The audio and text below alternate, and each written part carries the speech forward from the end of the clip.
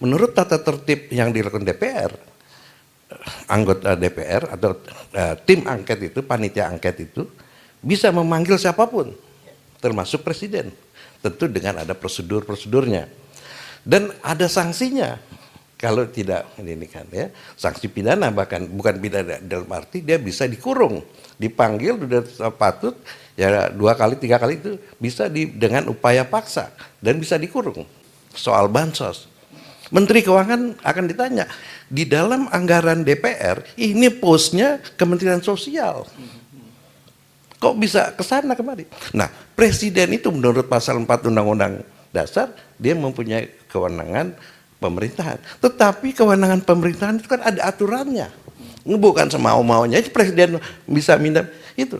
Ya kan? Nah, kalau misalnya Menteri Keuangannya ya, mencairkan, menyalurkan tidak sesuai dengan aturan, ditanya kenapa, pasti ada yang merintah, ya kan? Nah ini satu potensial lagi ya dari pencairan. Nah pencairannya itu kemana rekeningnya, apakah ke rekening ke satu kementerian atau langsung kepada pemasok vendor, dan apakah vendor itu dilakukan tender bidding kalau kayak gini. Nah kabarnya ya, nanti saya kena ini kayak undang-undang berita bohong ya. Tapi ini kabarnya ya. Kalau kabarnya menurut wartawan nggak apa-apa kan? Kabarnya. Tidak memastikan kan? Kelangkaan. Oh, konon kabarnya. Ya, sepanjang sepengetahuan saya. Ya kan gitu katanya. Kalau sepanjang pengetahuan saya. Yang manggil-manggil akan dipanggil duluan. Jadi abang tenang aja terus aja. Kelangkaan beras sekarang itu disebabkan untuk bansos. Beras yang di Bulog itu diambilin. Katanya, ya mesti nah disitulah dibuktikan. Ini berasnya dari mana? Siapa vendornya? Berapa? Dan kalau itu kan kalau aliran uang pasti ketahuan kan, nggak mungkin Menteri Keuangan kasih cash. Itu pasti. Jadi ini semua kebongkar.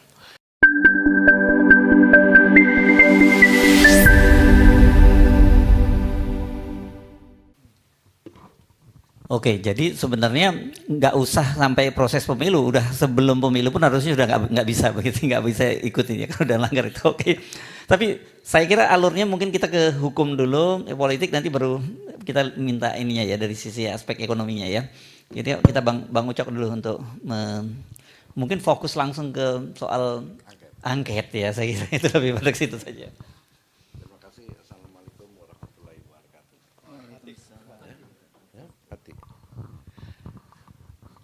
Assalamualaikum warahmatullahi wabarakatuh. Selamat malam buat kita semua. Sebelum saya bicara hak angket, saya tetap berprinsip atau berpandangan putusan MK nomor 90 itu adalah batal demi hukum. Referensinya itu adalah pasal 17 Undang-Undang nomor 48 tahun 2009 tentang kekuasaan kehakiman. Ya, pasal tersebut menyatakan bila hakim atau panitera ya secara langsung maupun tidak langsung mempunyai kepentingan terhadap perkara yang ditanganinya, maka putusan itu menjadi batal demi hukum. Ya, gitu. Jadi itu yang saya sampaikan juga waktu di Malari satu ya. Nah, kemudian kita bicara hak angket. Saya belum bicara soal legal frameworknya, tapi saya mau bicara dulu sebenarnya ada irisan dengan ilmu politik. Apa sih sebenarnya hak angket itu? Karena kita tahu fungsi DPR ya di dalam sistem pemerintahan atau bukan pemerintahan, sistem ketatanegaraan di dalam yang demokratis ya. Dan yang menganut prinsip pemisahan dan pemisahan kekuasaan ya, teorinya Montesquieu itu, maka DPR parlemen itu dia mempunyai hak mengawasi dan kontrol. Hak mengawasi dan hak kontrol itu salah satu yang dimiliki parlemen itu adalah hak angket. di selain hak-hak bertanya, ya itu seperti apa, interpelasi dan macam-macam. Nah, hak angket ini sebenarnya adalah senjata yang sangat penting, ya, sangat bagi parlemen. Nah, ya, kalau di dalam sistem pemerintahan parlementer, apabila ada hak angket, ya itu sebenarnya ujung daripada mosi tidak percaya. Ya, kita tahu dalam sistem parlementer, apabila salah satu members yang mendukung, satu member aja, ya, yang mendukung Perdana Menteri itu menjadi koalisi maksudnya ya? Enggak, iya koalisi. Jadi ya, koalisi yang kan mendukung. di dalam sistem parlementer, Perdana Menteri itu dipilih berdasarkan suara di parlemen. Yang mereka membentuk koalisi ya. Apabila yang koalisi, members dari koalisi itu satu saja keluar dari ini, ya itu menyebabkan pemerintahan jatuh. Jadi hak angket itu adalah suatu hak, ya, yang sangat penting untuk menyelidiki apakah eksekutif, apakah baik itu presidensial atau Perdana Menteri sudah melaksanakan undang-undang, konstitusi, kewajiban, tugas dan kewajibannya sesuai dengan ini, ya kan? Kalau dia tidak sudah menyatakan berdasarkan penyidikan, ya investigasi, ya itu terbukti, ya pemerintah melanggar itu bisa macam-macam sanksinya, bisa menegur, merubah, dan termasuk kalau di dalam sistem presidensial itu memberhentikan pemakzulan. Nah, yang penting di dalam proses hak angket itu dia seperti penyidik, ya, aparat hukum biasa, ya. Penyidik, apa sih penyidikan? Penyidikan itu adalah serangkaian untuk menemukan dan mengumpulkan bukti bahwa dengan bukti itu siapa yang melanggar undang-undang itu. Jadi seperti saya kira sama saja dengan polisi, jaksa dan KPK, ya kan, untuk memeriksa, ya. Dan menurut tata tertib, dia agak sedikit melompat sedikit. Menurut tata tertib yang dilakukan DPR, anggota DPR atau tim angket itu, panitia angket itu bisa memanggil siapapun, termasuk presiden, tentu dengan ada prosedurnya dan ada sanksinya kalau tidak ini kan, ya, sanksi pidana, bahkan bukan pidana dalam arti dia bisa dikurung, dipanggil sudah patut, ya 2 kali 3 kali itu bisa dengan upaya paksa dan bisa dikurung, ya, menurut tata tertib yang dilakukan DPR. Nah, di dalam penyidikan itu tentu akan semua pihak yang dipanggil itu, ya, akan diperiksa, diminta bukti-bukti dan dasar-dasarnya itu, ya kan. Nah, dalam pemeriksaan itu ini menurut tata tertib DPR bisa terbuka dan tertutup, ya, kalau memang si yang terperiksanya diminta bahwa ini menyangkut rahasia, ya kan, itu bisa pemeriksaan itu tapi pada prinsipnya pemeriksaan angket itu adalah terbuka untuk umum. Itu menurut tata tertib yang diinginkan DPR. Nah, jadi kembali kalau legal frameworknya kita melihat bahwa di dalam undang-undang MD3, ya, tetapi di undang-undang dasar kan nggak ditentukan hak dan kewajiban. Tapi itu secara terperinci diatur di dalam MD3 dan peraturan tata tertib hari ini. Nah, yang menjadi penting di dalam pemeriksaan itu akan dibuka semua ini.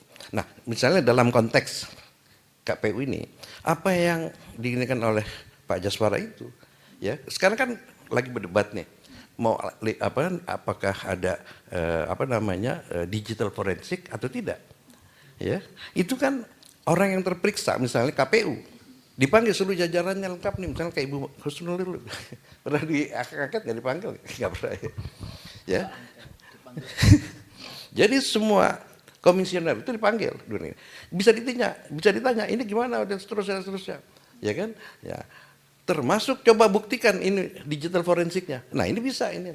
Itu ini. Kita ingat waktu hak angketnya Bank Senturi. Waduh, itu Bu Sri Mulyani sampai pegang ini tasbih gitu kan. Wah, dia ya kan pegang tasbih terus kan. Ya kan? Dan begitulah kekhawatiran itu bisa dibuka semuanya. Ya kan? Nah, itu.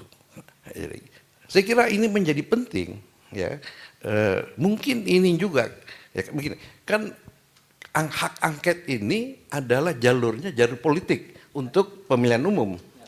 Sedangkan kalau jalur hukum, ya kan masuk killing field itu yang Mas Heru bilang itu, masuk Bawaslu, DKPP, killing ground ya. Killing ground. Iya. Ya kan? MK misalnya. Ya, udah masuk ke situ kan? Ya. Nah, itu kan enggak. Itu yang dihindarkan karena bagaimana ngebuktiin TSM gitu loh. Tapi kalau misalnya di hak angket, Bisa itu. misalnya saja presiden dipanggil, bukan tidak mungkin presiden dipanggil. Ya kan? Dipanggil itu bisa terbukti. Kalau memang terbukti, sudah otomatis TSM itu terbukti. Karena pasti terstruktur presiden yang merintahin struktur dari bawah gitu. Sistematis pasti ada pola-pola kritikan. Masih ada pasti di seluruh Indonesia ini gitu. Jadi menurut perkiraan saya, ya bahwa hak angket ini bukannya untuk gertak-gertak aja gitu loh.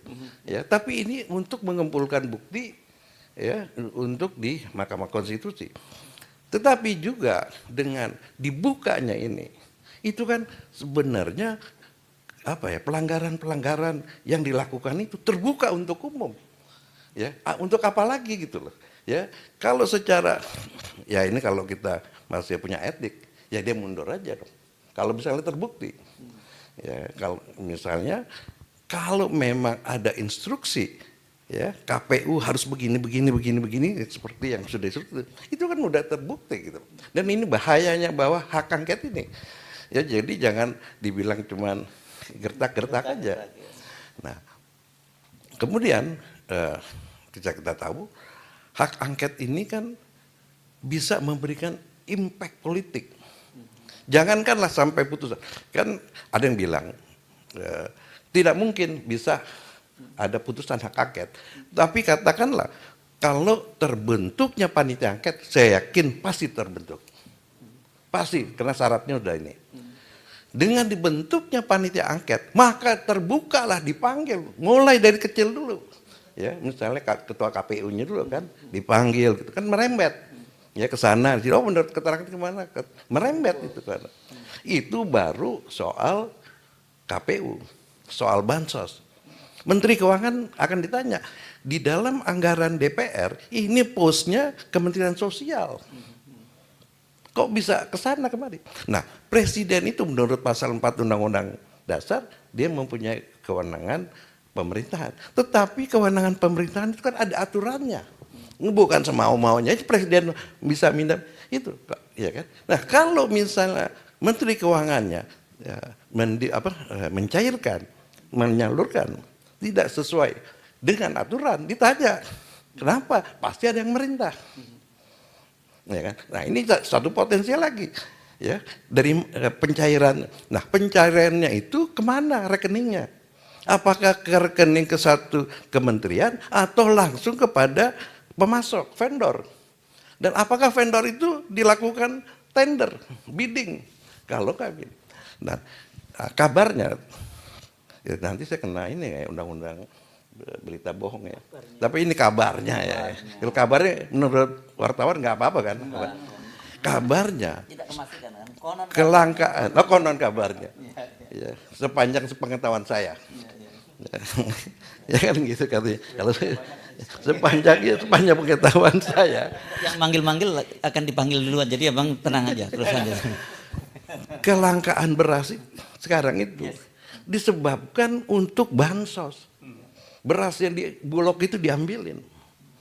Katanya, ya mesti nah disitulah dibuktikan. Ini berasnya dari mana? Siapa vendornya? Berapa? Dan kalau itu kan kalau aliran uang pasti ketahuan kan? Nggak mungkin Menteri Keuangan kasih cash. Itu pasti. Jadi ini semua kebongkar. Ya, jadi kira saya lah sebagai masyarakat, sebagai warga negara, ya itu sih sangat setuju kepada hak angket. Kita buat apa? Ini kita udah tahu kok, ya. Buat apa ke Mahkamah Konstitusi? Semua hakimnya udah, itu bukan satu aja loh. Ya, semua hakimnya udah melanggar etik. Ya kan? Kalau udah melanggar etik apa lagi? Nah, sedangkan KPU-nya 2 kali. Ya kan? Terus ada lagi yang satunya yang nggak enak lah, masalah yang kurang enak lah. Ya kan? Jadi buat apa kita percaya kepada ya, suatu institusi yang isinya memang tidak beretika? Ya, kan itu kan baik kalau kita bilang tidak beretika. Kalau misalnya pakai bahasa yang lebih keras, tidak bermoral. Etika kan itu moral. Buat apa misalnya peneliti tidak bermoral? Jadi masyarakat, tetapi kan kita harus mengikuti prosedur kayak gini. Jadi kembali lagi kepada hak angket, ya mestinya kita dorong ya hak angket. Nanti kan kalau rapat hak angket itu ada fraksi jalanan kan? Iya kan itu. Jadi fraksi jalan. Lebih baik dia lokalisir di DPR kan ketimbang di jalan kan gitu ya. Jadi saya kira untuk ini hak angket saya kira saya cukupkan aja Mas Hers.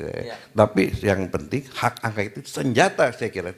Cuman kan kita khawatir ada sasaran operasi terhadap anggota-anggota yang itu tidak memenuhi untuk jangankan untuk karena untuk mengesahkan panitia angket menurut tata tertibnya harus dihadiri setengah lebih satu nanti baru sah.